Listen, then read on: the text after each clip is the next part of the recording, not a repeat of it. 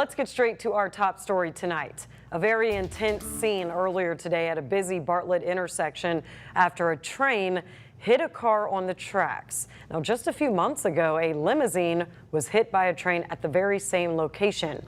And now there are concerns for travel and safety in that area. One official tells ABC 24's Lauren Turman the reason behind today's crash may shock you. She is live in Bartlett with more. Lauren, how did this happen? That's right, Pepper, and that crash happened this morning at this intersection here behind me, Stage Road and Bartlett Boulevard, and I'm told that this all may have started with a traffic stop. An unsettling moment. But everybody was very upset, that it had happened and the way it had happened. That sent a woman to the hospital after a train slammed into her car. But Bartlett Alderman Kevin Quinn says what may have led up to the impact was far from ordinary. A witness said that a lady had been stopped by the police and then she ended up crossing the track under their direction and was struck.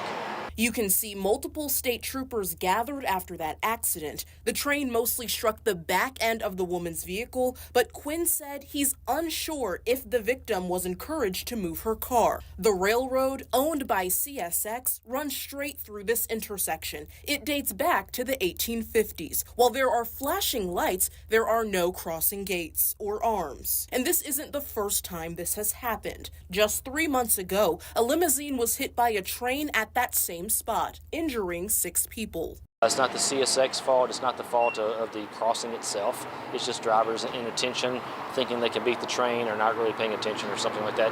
Not in the last 2 cases, but I don't believe overall that it's unsafe as far as a general crossing goes.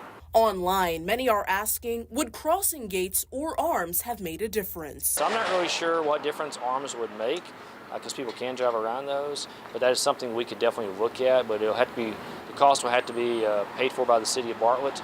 Not CSX does not do that, so we would have to also try to find some state or federal dollars to do that.